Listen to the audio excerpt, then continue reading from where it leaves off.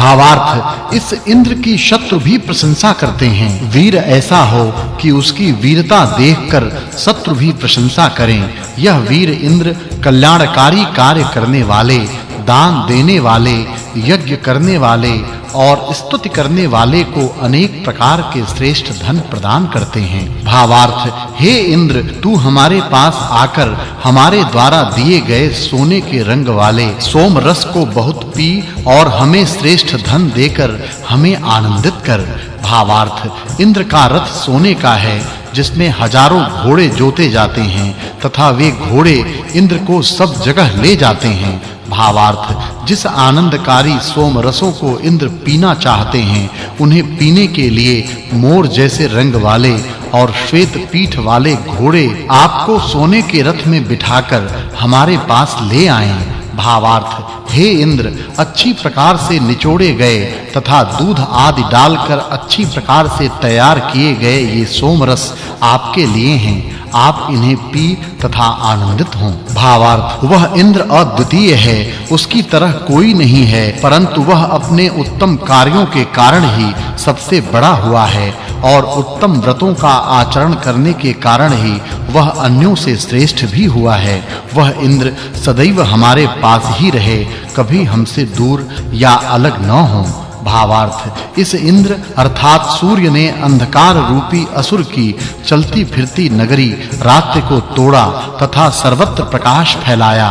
प्रातः होते ही चर अचर दोनों प्रकार की सृष्टियां इस इंद्र सूर्य की सृष्टि करने लगीं। भावार्थ, सूर्य के उदय होने के समय अर्थात प्रातः काल दिन के मध्य में मध्याह्न और सूर्य अस्त होने तथा रात्रि के आरंभ होने के समय अर्थात सायं संध्या के समय इंद्र की स्तुति करनी चाहिए। इस मंत्र में प्रातः सवन, मध्याह्न सवन और सायं सवन का विधान है। भावार्थ, ज्ञानवान अतिथि जहां पर भी और जिस घर में भी जाएं वहीं से उसे अत्यधिक धन मिले तथा वह अतिथि सबकी बड़ाई करे। भावार्थ, जब कोई ज्ञानी अतिथि किसी के घर में प्यार से पधारे तब वह यजमान उस अतिथि का धनादि से सत्कार करे। भावार्थ, धन प्राप्त करके वह ज्ञानी अतिथि यजमान को इस प्रकार आशीर्वाद दे कि जिस यजमान ने मुझे सोना, मृगचर्म आदि अनेक प्रकार के धन दिए हैं वह दाता सदैव सौभाग्यों से युक्त रहे तथा उसका रथ सदैव गति करता रहे, अर्थात वह सदैव रथ पर चढ़कर घूमा करे। भावार्थ, मनुष्य अपनी शक्ति के अनुसार दान देने का प्रयास करे तथा बैल आदि यदि देने हों तो ऐसे गाय बैल दे जिनसे संतति होकर उनका विस्तार हो। बूढ़ी गायें अथवा बूढ़े बैल दान में न दें। भावार्थ, ज्ञान से युक्त स्त्री अपनी सूक्ष्म दृष्टि से ईश्वर के रूप को जानकर कहती है कि आंखों के समक्ष जो संसार है वह ईश्वर का स्थूल रूप है, परंतु इस संसार के पीछे जो ईश्वर का सूक्ष्म रूप है वह पंच तत्व से परे विस्तृत तथा सर्वव्यापक है। वही सूक्ष्म रूप ईश्वर सारे संसार के लिए भोजनादि प्रदान करता है। द्वितीयम सुक्तम। भावार्थ, हे इंद्र, हम तुझे ये सोम रस प्रदान करते हैं, तू इन रसों को पेट भर तक पी। भावार्थ, सोम पहले तोड़कर लाए जाते हैं, तत्पश्चात पत्थरों द्वारा कूटकर उनका रस निकाला जाता है, फिर भेड़ के ऊन से बनी हुई छलनी से उसे छाना जाता है। फिर जिस प्रकार घोड़े को नदी में नहलाया जाता है उसी प्रकार उस सोम रस में पानी मिलाया जाता है। भावार्थ, देवों तथा मनुष्यों में यह इंद्र ही भरपूर सोम रस पीने वाला है, इसलिए उसकी आयु भी दीर्घ होती है। सोम रस का पान करने वाले की दीर्घायु होती है। भावार्थ, दूसरे लोग भी इंद्र को जानने का प्रयास करते हैं, फिर जान लेने के बाद उसकी स्तुति करते हैं। भावार्थ, प्रत्येक मनुष्य के घर में प्रातः, मध्याह्न तथा सायं ये 3 यज्ञ हों और उन यज्ञों में इंद्र को सोम रस प्रदान किया जाए। भावार्थ, तीनों सवनों में इस इंद्र के लिए सोम रस की आहुति दी जाती है। भावार्थ, यह सोम पीने वाले के हृदयों को उमंग से भर देता है। ये सोम रस स्वाद में तीखे होने के कारण इसमें दूध तथा दही आदि मिलाकर पिया जाता है। भावार्थ सोमरस तेजस्वी तथा स्वाद में तीखे होते हैं, अतः जब उनमें गाय का दूध मिलाया जाता है तभी वे पीने के योग्य होते हैं। भावार्थ हे इंद्र, तू धनवान है, अतः मेरे द्वारा दिए गए इस पुरोडाश और दुग्ध मिश्रित सोम रस को पीकर हमें धन प्रदान कर। भावार्थ सोम पीने के पश्चात ये सोम रस शरीर में उत्साह का संचार करते हैं। भावार्थ कोई मनुष्य किसी धनवान की प्रशंसा अथवा स्तुति करता है तो वह भी धनवान ही होता है, तो फिर उस ईश्वर की स्तुति करने वाला धनवान क्यों न हो।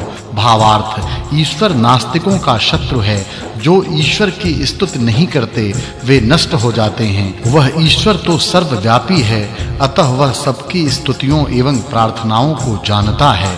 भावार्थ हिंसकों तथा अत्याचारियों के अधीन होना भी ईश्वर की अति कृपा ही है, अतः मनुष्य को चाहिए कि वह कभी हिंसकों एवं अत्याचारियों के वश में न हो। भावार्थ इस ईश्वर से मित्रता करने वाले ज्ञानी भी ऐश्वर्य की प्राप्ति के लिए इसी ईश्वर की प्रार्थना करते हैं, फिर साधारण लोगों की तो बात ही क्या।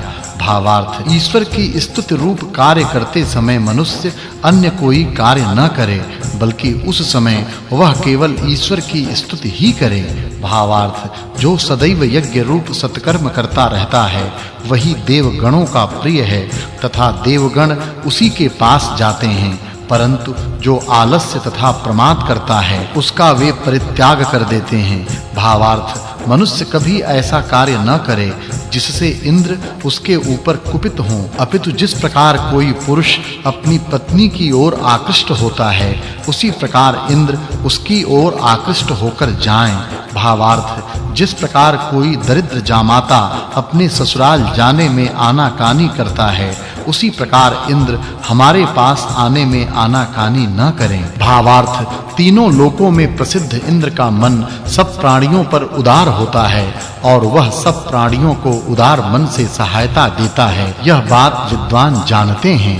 भावार्थ इस बलवान और सुरक्षा के साधनों से युक्त इंद्र की अपेक्षा अधिक यशस्वी अन्य कोई नहीं है, इसलिए वही एक पूजा के योग्य है। भावार्थ यह इंद्र सबसे श्रेष्ठ, सबसे अधिक शक्तिशाली और तेजस्वी होने के कारण पूजा के योग्य हैं। जो शक्तिशाली तथा तेजस्वी होता है वही पूजा के योग्य होता है। भावार्थ जिस मनुष्य के यज्ञ में इंद्र जाता है वह कभी दुखी नहीं होता, बल्कि घोड़े, गाय आदि ऐश्वर्यों से युक्त होता है। भावार्थ यह इंद्र आनंद से युक्त वीर एवं शूरवीर हैं, ऐसे उत्तम देव के लिए प्रशंसा योग्य पदार्थ ही देने चाहिए। भावार्थ सोम रस को पीने वाले वह इंद्र प्रसन्न होकर हमारे पास आएं तथा हमारे शत्रुओं को दूर करें। भावार्थ इंद्र के पशु भी ज्ञान से युक्त एवं सुखकारी हैं, उसी प्रकार वीर अथवा राजा के घोड़े भी समझदार एवं सुख देने वाले हों। भावार्थ हे सुंदर रूप वाले ज्ञानी एवं शक्तिशाली इंद्र, ये सोमरस निचोड़कर तैयार कर दिए गए हैं तथा भक्त तुझे बुला भी रहा है, अतः तू आ। भावार्थ उत्तम कार्यों को करने वाला यह इंद्र स्तुतियों से शक्तिशाली तथा प्रसन्न होकर मनुष्यों को श्रेष्ठ ऐश्वर्य प्रदान करता है। भावार्थ जो भी स्तुतियां अथवा स्तोत्र इंद्र के लिए किए जाते हैं वे इंद्र के बल को बढ़ाते हैं। भावार्थ यह इंद्र अनेक श्रेष्ठ कार्यों को करने वाला, अद्वितीय, वज्र को हाथ में धारण करने वाला और शत्रुओं के लिए अजेय है। भावार्थ अत्यंत शक्तिशाली होने पर भी इस इंद्र ने वृत्त को चतुराई से मारा, वह सर्वत्र व्यापी है तथा सबसे बुलाया जाता है। भावार्थ उसी इंद्र में सारी प्रजाएं, सारी शक्तियां तथा विजय प्राप्त करने का पराक्रम स्थित है, ऐसे ऐश्वर्यशाली इंद्र को प्रसन्न करना चाहिए। भावार्थ अपने विख्यात पराक्रम के कार्यों के कारण यह इंद्र सर्वत्र प्रसिद्ध हैं, धनी से